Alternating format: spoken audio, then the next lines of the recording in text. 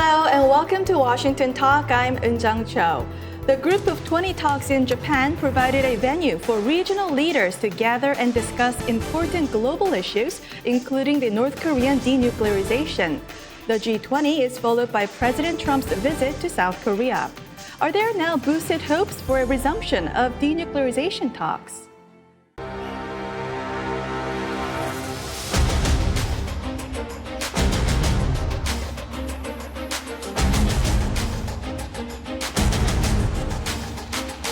I'm heading to Japan, Osaka, and we're going to be meeting with a lot of different countries.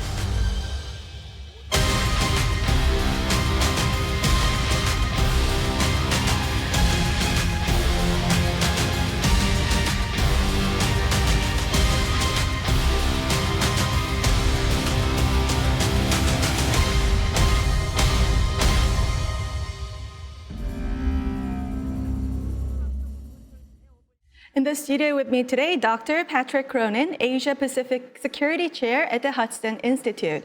Dr. Cronin spent more than 3 decades in the U.S. government and think tanks, specializing in Asia-Pacific security. Also joining me, Mr. Scott Snyder, Director of U.S.-Korea Policy Program at the Council on Foreign Relations. Mr. Snyder has authored numerous books on Korean politics and foreign policy and Asian regionalism. Welcome to the program. Thank you. Thank you.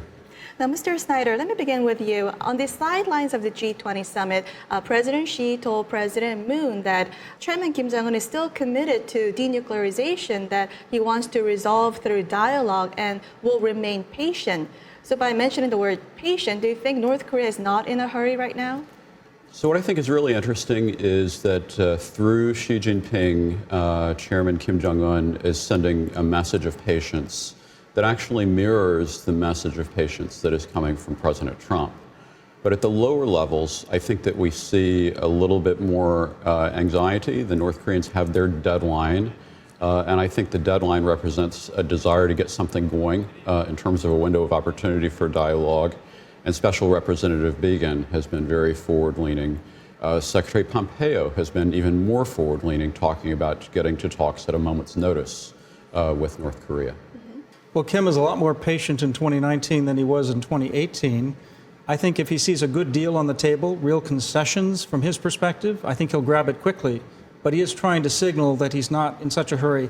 And yet, Kim has also said the end of the year is the deadline for negotiations and making progress. So he wants it both ways. He's using time as a variable in negotiation for his benefit. Mm-hmm. So North Korea is putting the blames on the United States for the current stalemate. North Korea's foreign ministry not only giving the timeline, the deadline for coming up with the new proposal from the United States, it also said the United States should change the interlocutors to somebody who can communicate better with North Korea. So I see a hardening of position here. Do you see a room for negotiations? Well, there's room for serious negotiation if North Korea wants to be serious. And if they don't want to be serious, then there's very little room because the conflicting positions will continue indefinitely. I think, of course, North Korea is going to blame others for trying to move toward their view. They're looking for leverage. They're looking for concessions and compromise that benefits them. I don't think Kim has made the fundamental decision to give up nuclear weapons. And as a result, he's saying, what can I get in the meantime? Can I get sanctions relief? So there's room for serious negotiations. I think we may see some renewed negotiations here in July, but I don't know that he's made any real concession yet that deserves them. Mm-hmm. And Mr. Snyder, Special Representative Biegun in recent weeks repeatedly mentions a simultaneous and parallel approach to North Korea. Is this a sign that U.S. is moving more towards a simultaneous and phased approach that North Korea has been asking for? No, I really see it as trying to reframe the approach that the U.S. has been taking in the context of the Singapore Declaration as a multi-track approach. And that was followed in Hanoi, where you had normalization of relations, peace, denuclearization, and the POW-MIA issue. And what happened was that 2 of those tracks went forward without too much difficulty, but the 3rd track, denuclearization, got stuck. And so I think that essentially what the administration wants to do, they want a comprehensive deal. They don't want a partial deal. But then when you get to implementation, inevitably, it's going to come in steps. And so trying to figure out how to explain that is hard, I think, especially to the public, because there's an all or nothing element to the idea of being comprehensive in scope about the understanding of what you're trying to accomplish. And that, I think, has confused people who are looking for some kind of a phased approach. But what the administration is not willing to do is to accept a partial denuclearization deal as a way of starting without knowing that we're trying to get to full denuclearization. And Dr. Cronin, during talks, President Xi told President Moon that North Korea is still devoted to economic development and improving the livelihoods of its people. Is this a positive for the United States? Well, not necessarily, because it may be that Kim wants not just development or butter, but he may want guns and nuclear weapons too. If he's made a strategic choice to give up some nuclear weapons in exchange for that economic development, then it could be a good development. We hope so. But I'm going to be skeptical on this until we get to the next stage of negotiations. That is, until we get to a substantial deal that Kim says, I really will denuclearize through a process. I'm taking a substantial first step, but I do need some economic relief. Short of that, I think we need to be very skeptical about Kim's sort of sincerity and whether she really is pushing him or whether he's just trying to keep talking rather than actually acting toward denuclearization. And since the breakdown of the Hanoi summit, Russia and China reached out to North Korea, and China says North Korea's concerns should also be addressed. Russia says North Korean security should be guaranteed. So is China and Russia currently staunchly defending North Korean interests in the talks? Well, I think that we can also say that Russia and China have expressed support for North Korea's denuclearization. It's just not necessarily clear that they want it on terms that end up favoring the United States. And so this is a very tough line to walk, because I think the Russians and the Chinese can put up obstacles to moving forward if it looks like the U.S. is gaining too much from a denuclearization process. But in terms of an overall, I think, rhetorical commitment to denuclearization, and even to some extent to pressuring North Korea in that direction, I think that the administration is benefiting from more solidarity at this moment than we had seen in previous years. Not as much as the administration wants, but I think that they probably perceive that they're not in a bad position. And during his summit with President Moon, President Xi brought up the issue of THAAD for the first time in a year. What do you think, what is the implications? Well, the negative implication is that China is more interested in South Korea giving up its defensive missiles than forcing North Korea to give up its offensive missiles with nuclear weapons. A more generous interpretation might be that we're about to enter an agreement, and the Chinese leaders signaling that as part of that agreement, we hope that you'll be reducing military moves, including the missile defense system that we in China, and by the way, Russia, object to. And during the talks, President Trump and Prime Minister Abe vowed to fully implement UN Security Council resolutions on North Korean missiles and nuclear activities and programs. So is Japan currently the country that is totally in sync with the United States when it comes to North Korea policy, more so than South Korea? They're totally in sync with that part of U.S. policy. So I think that the sanctions part is the part that the U.S. and Japan have no light on. But, and actually, even in terms of engaging with North Korea, we've seen a little bit of a shift by Abe by moving toward unconditional willingness to meet with Kim. But I think there's no question that in Japan there's a lot more hesitancy and anxiety, frankly, about the idea of the leader-to-leader level dialogue between Trump and Kim. So President Trump visited South Korea at the invitation of President Moon. Why did he make this visit? Did he believe that his visit would give new momentum to revive the talks? So it's very important for Moon and Trump to coordinate exactly on the next steps. And being on the Korean Peninsula, who knows? New things could happen, there could be progress. It's important, though, that when President Trump gets back to Washington, he knows exactly where President Moon and he stand vis-a-vis managing North Korea. And President Moon came up with a fresh idea that completely dismantling Yongbyon nuclear complex would reach an irreversible denuclearization step, and that the international community should consider partial easing of sanctions. So what are the chances that the United States will take up this new idea? Well, you're talking about one step within a very long march toward denuclearization. And while that step may be an initial step that would be taken, it's insufficient to agree to sanctions relief, in my view, just for that step. Yongbyon is not, as President Moon said, the mainstay of the nuclear production material capability of North Korea. We believe those facilities are outside of Yongbyon. Would it be useful to close down Yongbyon? Yes, of course. Would it be worth paying some price for it? Sure, that's reasonable. But it needs to be part of a bigger package deal and clear steps. And that verification, by the way, is going to be very thorny trying to implement it. So let's not get ahead of ourselves here. Announcing Yongbyon closure, for instance, is going to take time, even if we accept that deal. Mm-hmm. I think that it's a mistake for President Moon to talk about irreversibility. The U.S. has moved away from irreversibility by moving from CVID to final fully verified denuclearization, dropping the irreversible part, in part because it's so difficult to define what is irreversible, and we've been burned by that in the past. But what I think is also going on here, which is more complex, is that in South Korea, there seems to be an effort to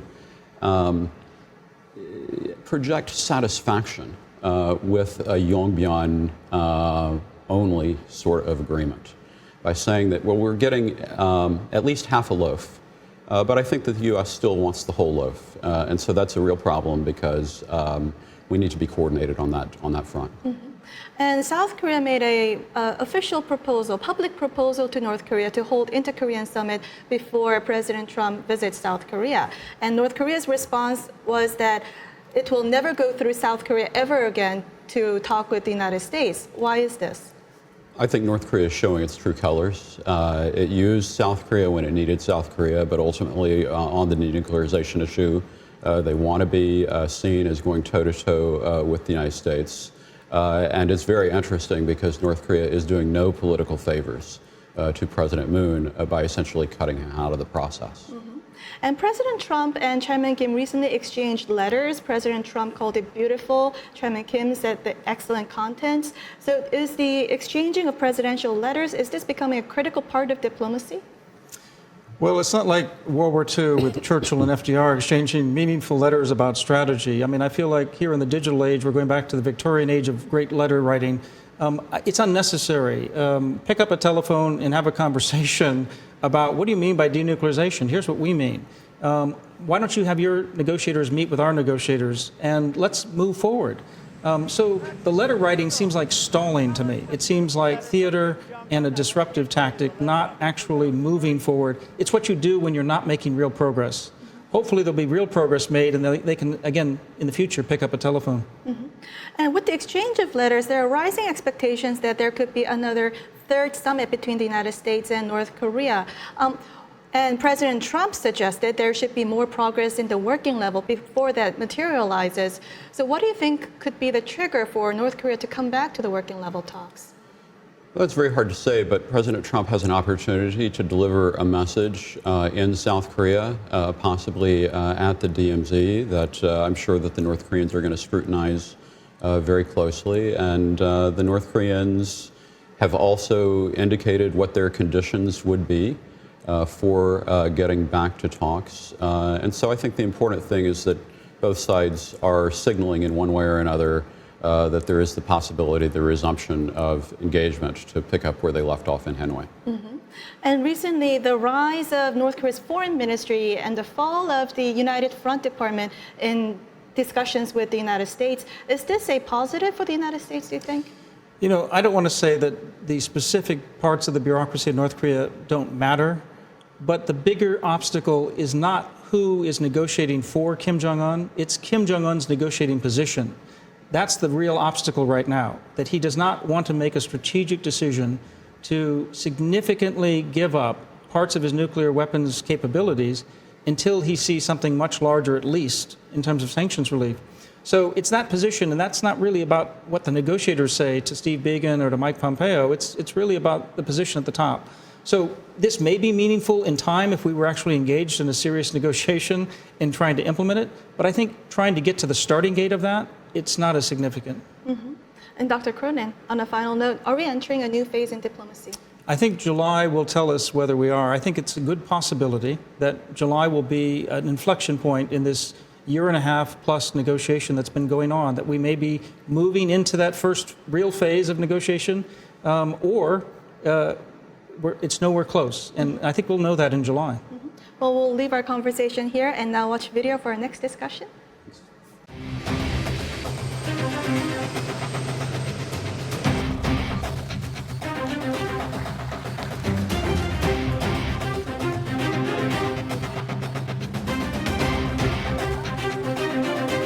Regardless of what some critics may say about the state of our bilateral relationship, we really have nothing more to prove.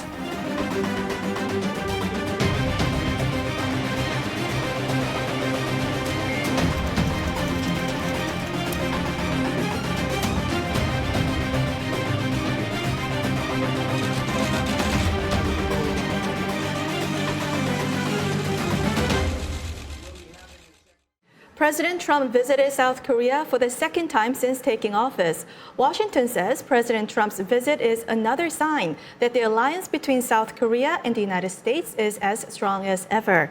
Now, Dr. Cronin, there were concerns about the U.S.-South Korea coordination last year over pacing and the gap. So has the coordination improved since? Well, I think it has improved, in part because the diplomacy with North Korea has slowed down. When things were moving at a frenetic pace in 2018, fear dominated. There was a big concern that South Korea, a progressive government pushing for inter-Korean peace, might get well out ahead of the United States, which was mostly concerned about denuclearization talks. I think those things have leveled off, and I think there's a recognition, even from Kim Jong-un, that he needs to move forward with the United States before he can move further ahead with South Korea. So as a result, I think the coordination, the careful management of policymakers in both Seoul and Washington have stabilized a very strong, durable alliance.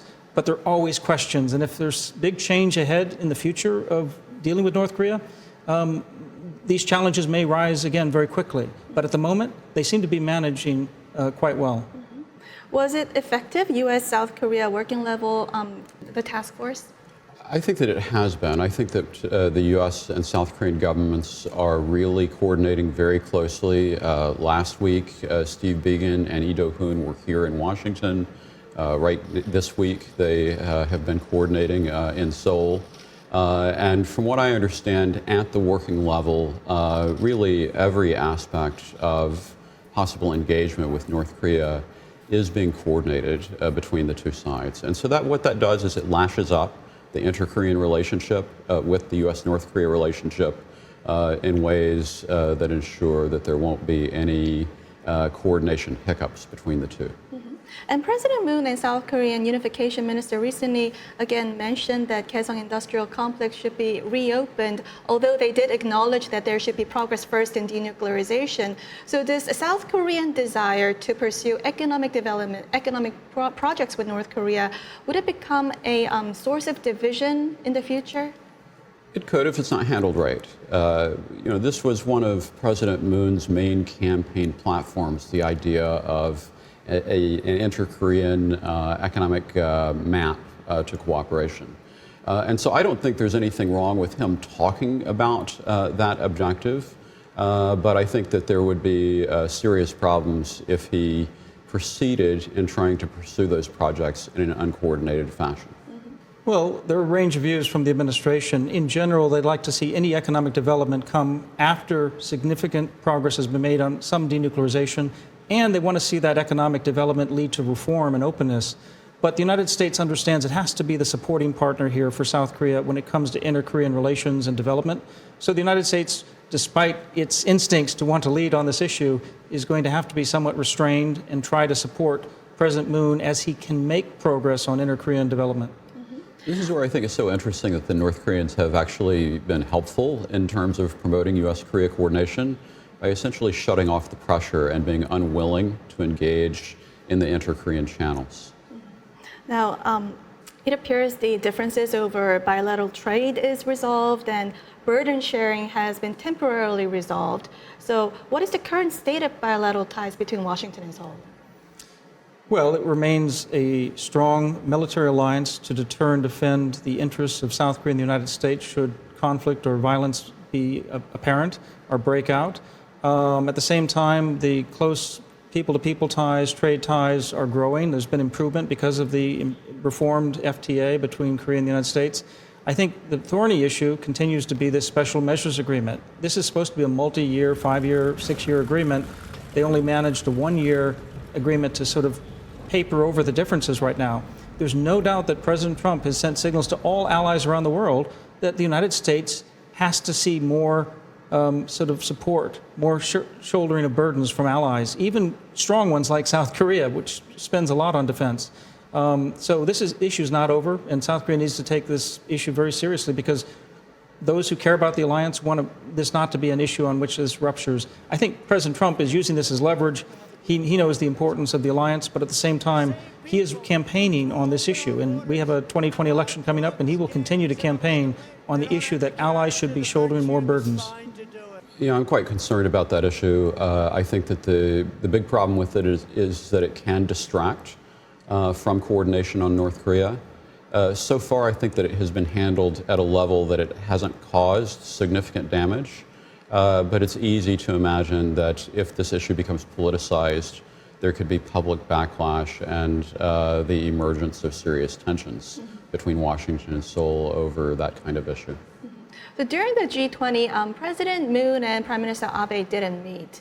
And recently, State Department's Korea Desk Director Joy Yamamoto said Japan and South Korea's bad relationship will not help us succeed in nuclear negotiations with North Korea. So are the bilateral ties between Japan and South Korea so bad that it raises concern from the United States? Yes, the situation is very bad. The United States wants to see Japan and South Korea working with each other.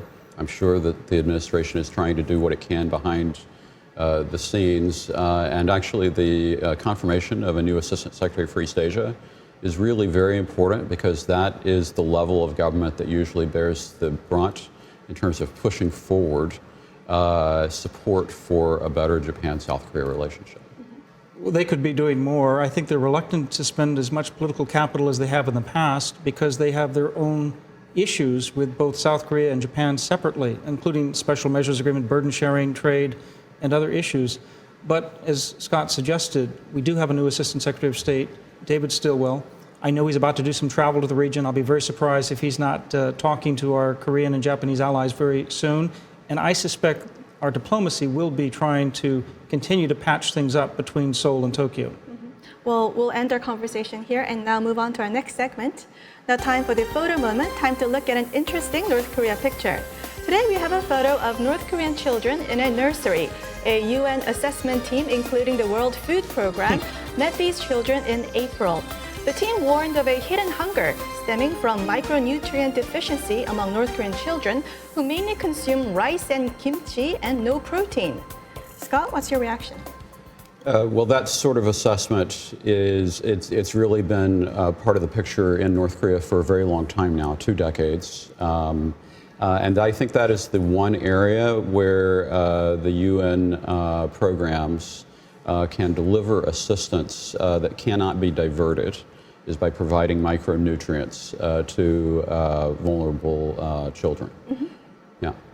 You're in charge of U.S.'s foreign aid to other countries, right? And the main issue on this was always, could we live up to our humanitarian principles? Don't make this an issue of a quid pro quo for diplomacy on nuclear weapons, but rather if they were to open up and be transparent so that we could verify that the assistance gets to those in need, then we should all be supporting that up to some level.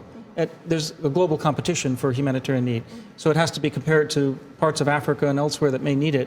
But we should not be holding this hostage for diplomacy on nuclear weapons. We should be dealing with children and vulnerable people, the elderly, but only if North Korea allows us and allows international organizations and the United Nations to ensure that it gets to those in need. Well, that's all the time we have for this week. Mr. Snyder, Dr. Cronin, thank you for joining us. Thank you. Thank you. Thank you. And this was Washington Talk from the Voice of America, and I'm Eun-jung Cho. Join us next week for more analysis on North Korea.